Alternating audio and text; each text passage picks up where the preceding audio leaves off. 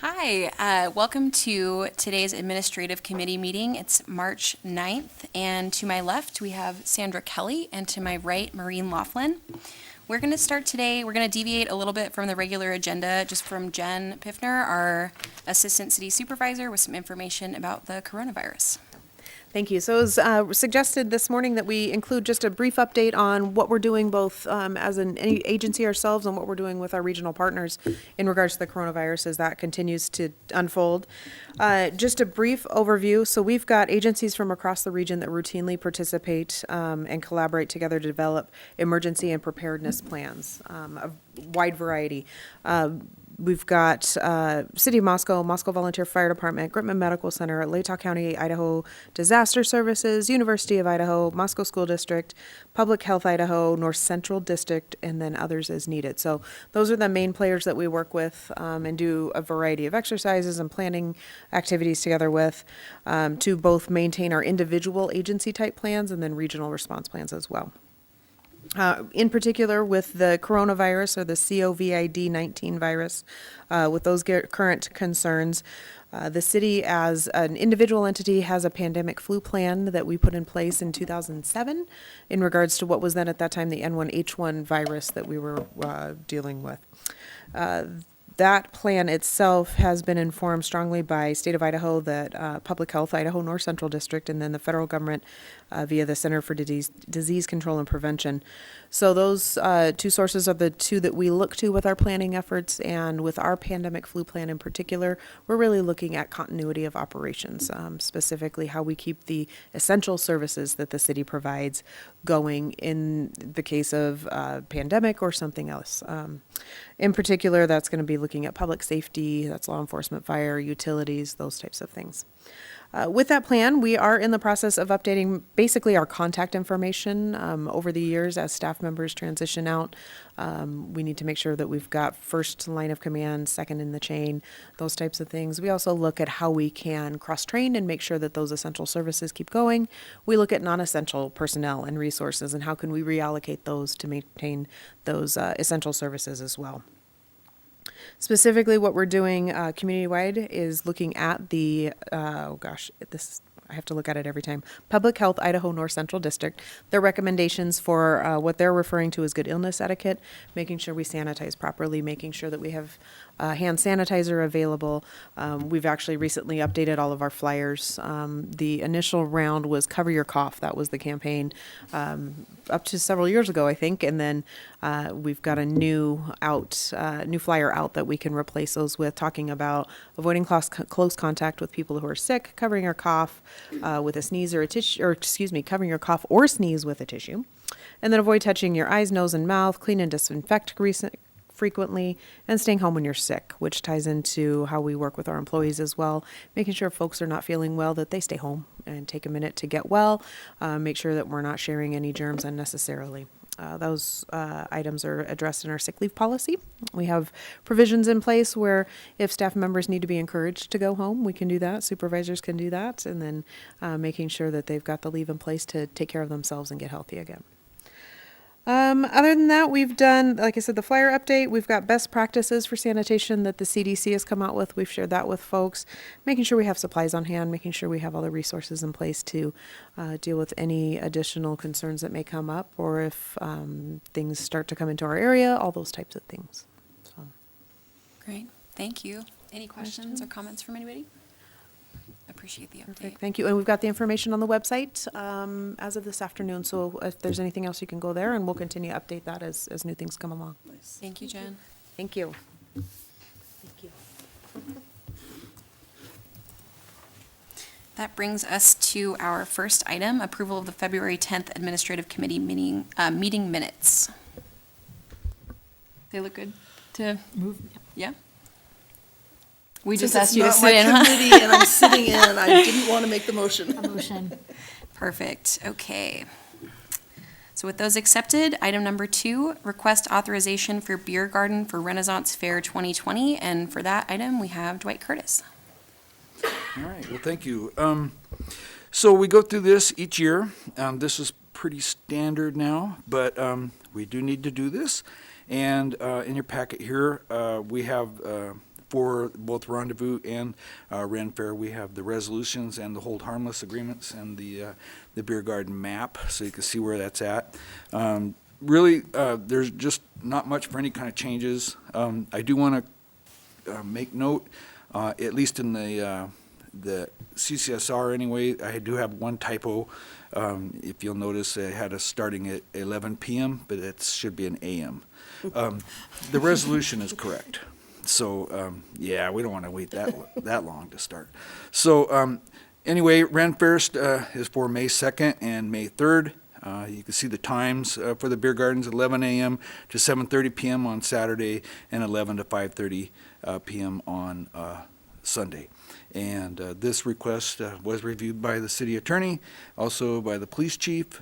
We have the security covered. And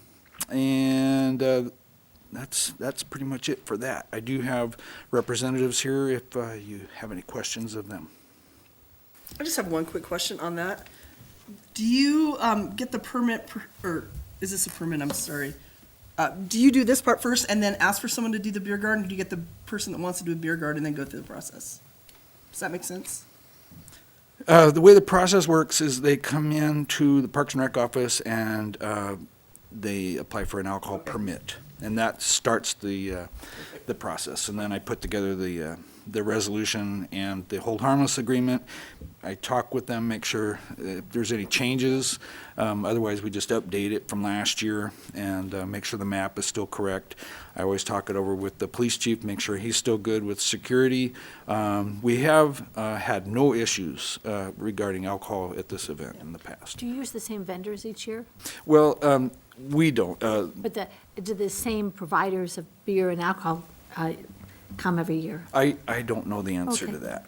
Because as long as they're licensed, They right? have to be licensed, and Yes. so they would have to be a licensed provider who then knows that following all of the rules is contingent on them keeping their license. And so I do know that Rendezvous, which is coming up here, has used the same vendor for several years. But that vendor will go to, say, Ren Fair committee and be like, we want to be your vendor. And they say, here's what you have to do. You got to get your permit, go to Parks and Rec, do all of this. You don't have any of the vetting on who will or will not be a vendor, is that right? Correct, Okay. as long as they have the permit. That's what I was looking And for. I that's didn't know run how to through the get city there. clerk's office, and, yeah, it's pretty standardized. Thanks. Yeah. And the same thing with the security, if they hire a private, the police chief, we run that by him, so he knows what they're. Great. So for the first item then, you kind of touched on both of those. Do we have a motion to approve that and put that on the consent agenda? Yes, we move to recommend the approval of the resolution authorizing the beer garden request for 2020 Oscar Ren Fair. Second. Great. And if everyone's good with consent, and then you talked about item number 3 as well. So request authorization for beer garden for Rendezvous in the park. Yes, and that's for July 16th, 17th, and 18th. The times are still 4 to 10 p.m. Beer garden has not changed. Security has not changed. Police chief and city attorney have reviewed these as well. I move the approval. Great. Second. All right. Thank you, Dwight. All right, Is that, thank you. Consent as well? Yeah. Thank you. Can Appreciate I ask it. one question? I don't know that it's necessarily to you or just a council question, or maybe Tyler. But when we have an event at a city park and we're trying to do our Let's Be Greener movement, do we make requests or provisions on, you're not going to use plastic cups, you have to use X, or do we have anything to do with that? We do have, the city has, through the council, has a recycling program that's mandatory. If you have over 50 people, you're required to go through the recycling program. Now, we don't go out there and police to say you Right. can't have plastic, but they do have to get the recycling bins and all that and go through that. Thanks. And those events generally generate quite a bit of recycling. Yeah. They'll have staff that end up taking it over to the recycling center and deliver quite a bit of recycling from those events. Yeah. Did you have a question, sir? I was just going to tell you that the Ren Fair requires. I think you have to come Could you, up to us please and come up to the microphone. introduce yourself. I'm Dean Pittenger. Hi. The Ren Fair requires that they buy our compostable cups. And this year, we're still figuring out if we can get a limited run of some those stainless steel cups with a logo printed on them. Oops, sorry.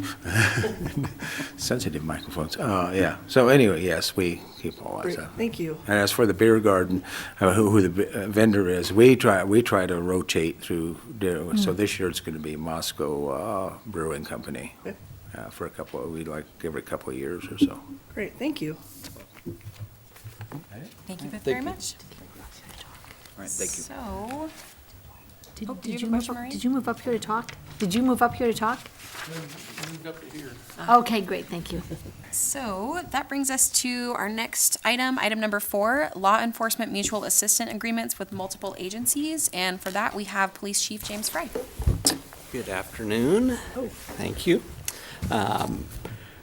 We're presenting with the police department to have a mutual aid agreement with Soton County, Whitman County, and Clarkston City Police Department. We currently have one with Pullman, WSU, and Lewiston, and Latah County. And all this does is allows us to be able to investigate different crimes such as the child pornography cases. It'll make it easier for Detective Chernus to work with those Washington agencies, as well as if we needed assistance or they needed assistance with a serious, shooting or something. When we had our officer killed here in 2007, we had many agencies come over through those mutual agreements. So it just gives us the collaboration to be able to work across state lines and provide assistance to other departments. Nice. Great. And I had asked you about this earlier, but for the sake of the meeting too, so we currently have agreements with the cities within those counties, right? But this is just an expansion into the county? So, Soton City, we do not. So we're looking just for Soton County, Clarkston, and Whitman County, but we do have Pullman that is within that county. We already have an agreement with them. So we've had some with some of these. Typically, the Valley, we had not had any agreements with other than Lewiston, but the Washington Valley agencies we didn't. But this just allows, we're starting to see that we're expanding our cross enforcement type activities with investigations. So we just wanted to bring it forth to where we actually had an agreement in place so that we didn't have to worry about if we ended up going to court or anything like that. So how often do you actually have to call in those other agencies? Not very often. Probably more so now with Eric working child pornography type cases. We'll pick up some of those cases that he has going on down in the Valley. The last time that we probably brought in a mutual aid agreement with any of the agencies, may have, like 2007 when Bradley. Optionville, that one, obviously, a lot of agencies came in. The WSU riots years ago, back in the early 90s, we went over and assisted for that. But typically, it's not a lot. Our SWAT teams will at times go over, our negotiators will go over and negotiate for Pullman a lot because they don't have a negotiation portion of their teams, so we do that through that agreement. So that's probably the most that we use our negotiators. And how many people do we have on our SWAT team? On our SWAT team, we're actually combined with Latah County, so there's I think 7 or 8 that are on entry and sniper portion, but then we have the negotiations team, which have 4 or 5. So they're utilized the most. Any other questions or comments? Nope. I'll move that we approve the law enforcement mutual assistant agreement with multiple agencies. Agreed? Agreed. Yeah, I think that's a consent agenda item also. Okay. Thank you very much. Thank you. Thank you. Give me one moment.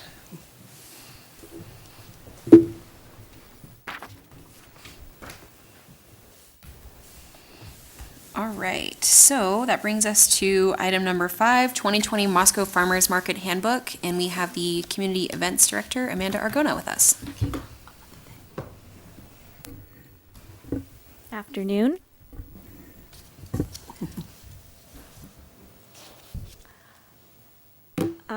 So every year, we go through a policy update for the Moscow Farmers Market. Beginning in 2018, we developed what's now known as a vendor handbook. And so this is my second time going through revisions for the handbook, and how that works is Usually we take input throughout the season from vendors, see any trends or issues that our policies are maybe not addressing. And then what we do with the Farmers Market Commission is create a policy subcommittee. This year it was made up of one at-large member and then 2 vendor representatives and then myself. And then the goal of the subcommittee is just to make sure that whatever policies we're putting forward, they're aligned with the mission and the vision of the market. Sometimes it's as simple as reducing redundancy, making things more clear. Other times we're actually putting in brand new policies or heavily revising current policies. So our subcommittee met 4 times. And then we also took recommendations to the Farmers Market Commission throughout the winter months. And so the Farmers Market Commission as a whole had 3 reviews of policies and then finally accepted the majority of policy changes February 4th. And then the policy changes I'm putting forward to you have been reviewed by legal. So this is the last stopping point for them. You said that most of them were improved in February? Or Yeah. Did you just take out those that weren't? No, so what we did, so we're not pushing things to the last minute, is we'll kind of chunk out our policy review and revision. So we took like maybe 1 or 2 in December, and then the commission as a whole will sometimes either say like, yeah, these look pretty straightforward, or they'll tell us to go back to the drawing board if they're feel like there's more discussion that needs to be had. And so February was kind of the last stop to really get these going to start the process. So upon legal's review of the 2020 vendor handbook, we included a non-discrimination policy in vendor selection.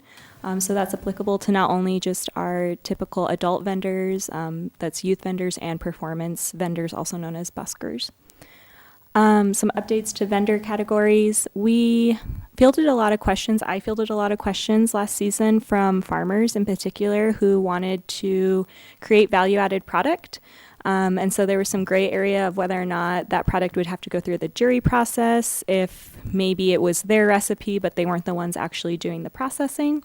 And so we kind of came to a conclusion that if a vendor does not have complete oversight or ownership over the final product, that it has to go through the craft and food jury process.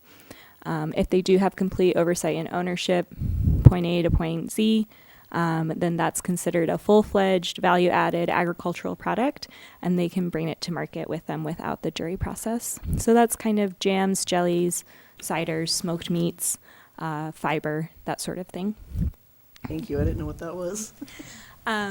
Youth vendors, last year we did a trial run with what we're now calling our Sprouts and our Juniors. So these are different age categories.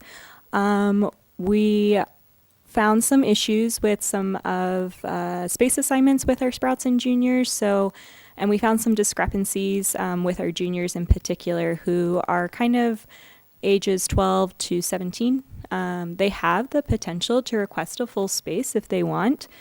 But what wasn't clear in our policies is if that they go through the process to request a full space, are they still subject to the youth vendor fees, or are they now subject to the adult vendor fees? So we wrote some really clear policy language about that. But I think it will be successful. I did some metrics and numbers, and I think we're moving towards a really good, healthy balance of making sure that we have space available to Sprouts and Juniors on market day. And then our performance vendors, we just had some things that were in their registration paperwork that weren't necessarily in the vendor handbook, such as the type of paperwork that's required, what the performance vendor category really is for. That's your single musicians playing guitar, face painting, that sort of thing. So really individuals to duos, no more than 3 folks for our buskers at any one time, and then putting a little bit more language in there to give staff the leeway to rotate folks as needed. Sometimes we ended up with performance buskers in the same spot week to week, which is really tough sometimes for our vendors and also for locals who maybe want to see some different acts. But all in all, it's still a really great program, and we hope to continue to offer it each year. So getting into market operating policies, We have had a vehicle surcharge fee for quite some time as part of our fee resolution. However, we did not have a clearly defined definition of what constitutes a vehicle in the market. And we kind of came to the conclusion that a vehicle is any road-ready or licensed vehicle. So that includes food trailers or tow-behind trailers that typically have to have a license plate. And then we also went in to clarify that these absolutely may be used by Tier 3 vendors, which are typically the vendors that are committing to the majority of the market season at any time, as long as there's space provided, and that there's a little bit more discretion for our Tier 1 and Tier 2 vendors, so as space is available. And then we added the following sub-item D. Again, we had a fee of what was known as a corner fee. It's $5 a day, depending on where your space is in the market. And what I had found was previous management would look at vendors that were next to walk-through spaces, which were created to create more relationships with the downtown businesses who may have been feeling left out from market. And previous management had kind of looked at each vendor on these spaces and said, oh, well, how are they utilizing it? Are they using this third space or third side to sell? Are they not? And so we really wanted to create some equality with all of these spaces. So now a corner or a walk-through space is considered a non-neighbor space, and they're treated the same. And the vendors on the subcommittee really felt like these spaces provide an additional value that a normal vendor space would not, whether that's higher visibility or access for their customers. So if someone is next to a walk-through space, they will be charged a $5 surcharge fee. Any questions about that? If you've been here 1 year and then you want to come back the next, you pretty much get the same place if it worked? You request, unless there's a major change to move you. Generally speaking, you will get the same space, but it definitely is not a guarantee. We have vendors that change every year. And I am working right now. There are a few vendors that were next to walk-through spaces last year who did not want to be subject to the $5 surcharge fee. They didn't see the spaces having a benefit for them. And there are vendors who do see those spaces as being a benefit. So we're trying to do some shuffling right now to accommodate all the requests. Moving on to vendor operating policies. Item 3, we just simplified the language. It was like 4 lines. We got down to 3.5, I think. But basically, you can't sell bottled water, any canned products, literature not related to your vendor operation, that sort of thing. It's prohibited. Signage, there were some issues about some vendors having their signage significantly outside of their vendor space. So we just included some language to say that any signage you have has to fit within your designated space. The annual vendor orientation, we put a little bit more teeth to this one. So it clearly mandates attendance for all vendors. There was confusion from some vendors last year about whether or not they had to attend. They thought it was just applicable to what was previously known as seasoned vendors, or again, those vendors that typically come for the majority of the market season. And so there are some specific policy violations. If you're a tier 3 vendor and you miss the annual vendor orientation, you lose your spot for the coming season. If you're a Tier 1 or Tier 2, you lose eligibility to participate for the coming season. What's the difference? Tier 1 and Tier 2s don't have a designated space, which is why they only lose eligibility. Okay. And then item 22, I'm sure some of you have been aware of the hot button topic of reselling blueberries and asparagus in the farmer's market. I did some thorough analysis, and what we really had created was a policy that was only utilized by a select few vendors. And so resale of any items is now prohibited at the market. So when you see blueberries at the market, those will be by people who grow those blueberries, and the same with asparagus. Is that a big deal for folks? We sent an email out to all of our vendors, letting them know that these policy changes were forthcoming, and that they would be going through the process of council. I have not heard back from anyone, but we will be doing some direct outreach to the vendors that were utilizing that policy last year to make them aware of the changes. But it really came down to 2 vendors that were using this policy, and we are starting to see some growers have these products. Even if it is a finite amount of time, they're still taking the time to grow them and to put the time and energy into making it a viable product for their farm. So how do you police that? I mean, how do you know, somebody comes there and they have a thing of blueberries, how do I know that they bought it from someone else? Yeah, so we do site visits. Last year, I believe we did over 15 or 20, if I'm not mistaken. And so when we do site visits, we're looking at the product that the farmers in particular are growing on site. And we do ask them as part of the site visit, are you holding or reselling any products? An example is we do have a vendor who resells apples down in the valley, but he knows that he cannot bring those up to market. So if I see apples at his stand, I'm going to raise a red flag and speak with him very gently. Thank you, What's the Amanda. penalty for that? If it's their first policy violation, it's a verbal or written warning, I believe. Verbal or written. I would have to check back in it. But the policy violations are cumulative, and there's only a handful of policies that have very specific violations attached to them. Yeah. So any questions? When you were going through this, did you have any surprises when you were revamping? Did anything really stand out to you that you had to change this year, or was it pretty smooth? No, this was sort of accumulation of last year, Yeah. going through the market season, and there is definitely some lengthy discussions. There was one item that we're going to take a little bit more time to review that was not proposed for this year, but more or less it was pretty smooth. Great. Thank you again. Anything else? Any other questions or comments? No. Move the approval. Second. Agreed. And consent agenda. Nice job, Amanda. That brings us to Love the farmer's market. That brings us to our last item, item number 6, Palouse Basin Aquifer Committee Alternative Water Supply Management Contract. And Tried to make it longer. but- go right ahead. This is Tyler Palmer. All right. Presenting. Thank you all.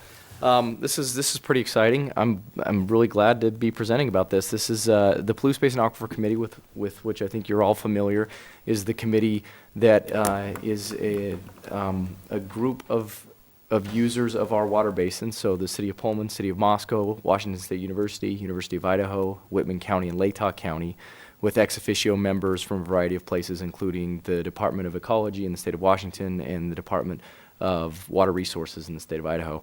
And as you're aware, we have declining aquifers. We've known about this for over 100 years, and it's something that there have been many, many attempts over the decades to try and solve this and look for an alternate water supply. The City of Moscow has made great strides in our conservation program, as have the other entities that we share this basin with. We use less water now despite an enormous population growth than we did in 1992. And so it's really cool. We have a lower per capita use in the City of Moscow, I think, than anywhere in the state, which is also really cool. And so we've had a very successful program, but the reality is that we can't conserve our way out of our water issues. The aquifers continue to decline at a slower rate, which is good. It used to be about a foot a year. We're down to about half a foot a year now. But it's imperative that we look for another water supply, and water is not getting easier to solve. You know, the water problem is not going to get any easier. Water rights aren't going to get easier to get. Projects are not getting cheaper. And so it's something that we're really committed. We think we have the right group of people, the right political will, and we have residents that will be supportive of us finally solving this problem and coming together. And this is a step toward that. The Palouse Basin Aquifer Committee for many, many years really focused on research, on trying to understand the problem, define the problem, and identify potential solutions. One of the pitfalls for previous efforts to solve this problem has been a lack of bringing the public along as we go through that process. A lot of times it was perceived as a bunch of experts got in a room together and came out and said, hey, we solved your problem and here's what we're doing, versus, hey, let's make sure the community sees themselves in this problem and sees themselves in the solution. And that's something that we're very committed to. To that end, the Palouse Basin Aquifer Committee had commissioned an alternate water supply study, which was published a couple years ago, and that identified potential projects that would be, it took a look at all of the proposed projects and narrowed it down to which ones are feasible and which ones had the best cost-benefit ratio. From there, so we've kind of eliminated the ones that aren't really feasible, and now we're really trying to do robust public involvement through the process of narrowing these alternatives down and determining a preferred alternative that we want to propose as a project and move forward to look for funding and eventual construction. To that end, PBAC is looking to hire a project manager that will take us through that process and basically bridge us to the point of actually identifying and applying for a project. Traditionally, PBAC has run these types of projects through the University of Idaho. The Palouse Basin Aquifer Committee is housed at the University of Idaho. It's funded by all of the entities that I mentioned previously, but it's housed at the University of Idaho and goes through their processes. With this project in particular, with some of the restraints at the university right now, it was asked of the city of Moscow if we would be willing to act as administrative support for the Palouse Basin Aquifer Committee with this contract. And so we would be doing contract administration with this. The contract in your packet spells out the conditions, but it's really pretty simple in concept. There will be an amount that's negotiated between PBAC. We'll put out a request for proposals will go out from the city of Moscow, which will follow our typical format. We'll receive those proposals. PBAC will review the proposals, negotiate with the parties, and then once they've come to an agreement, then the city of Moscow will enter into a contract with whomever the contractor is, with whomever the consultant is. PBAC will forward the city the money, so the city will hold the money in the amount of the contract, and then we will process payment for PBAC. And so PBAC will still oversee the contract. They will oversee the work, and the approval process will go through that board, and we will just act as basically a holding house and administer the contract on behalf of PBAC. This is something that me, our city attorney, reviewed and actually generated the contract for this, and so that we feel comfortable that we're in good legal standing to proceed with this. And we think it's a good opportunity for the city of Moscow to help facilitate something that we can perhaps do a little bit easier at this time and make it a little bit of a smoother process. So with that, I'd be happy to answer any questions. Is there a cost involved to the city to do this? No, some minor administrative costs. We'll have minor staff time costs in just advertising, and then just processing payments. So some minor finance costs, basically, and cutting checks. And so we're looking at pretty minimal costs, and it'll be labor cost.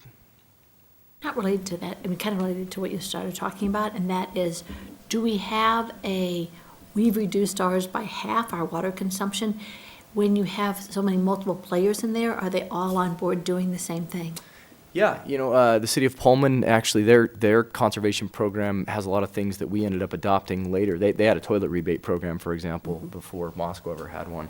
And they're working really hard on some updates to theirs. It's one of the things that truly this basin is unique. We're the envy of the whole country. When they look at this, we have a lot of people rooting for us to pull this off. Generally, it's attorneys sitting around the table when you start talking about water, and it can be a very contentious issue. If we're able to pull this off, which I'm optimistic we can, people will be writing papers about it for a while. We can really set an example of cooperative work, and so yeah, it's a very cooperative relationship. Great. I move. Yeah, as somebody who's on PBAC right now, I just appreciate this being identified as something that the city can help with. That is, I think, an area where we're doing well and can have that sort of scale of economy. So I appreciate that creative thinking about it. So yeah, does that work for consent agenda for everybody too? Okay, well, unless there's any. I do have one question, just because just thinking outside the Yeah, box, sure. I'm not against consent agenda, but do you think this is an issue people might want to talk about and have public comment on, or not? I don't know that the contract is something they'll be very Okay. interested in, Sandra, but it is certainly something that as we move forward, we will have ample public Okay. outreach, and we'll be coming back to the council with a lot of reports, and those will be appropriate to have in that more public venue at city council Great. meeting. I appreciate you asking, because it is something where the more we can talk about it. So yeah, if that works then for everybody, then we are all done. Great. Any move to adjourn? Moved. Okay, Approved. that's it. Nice.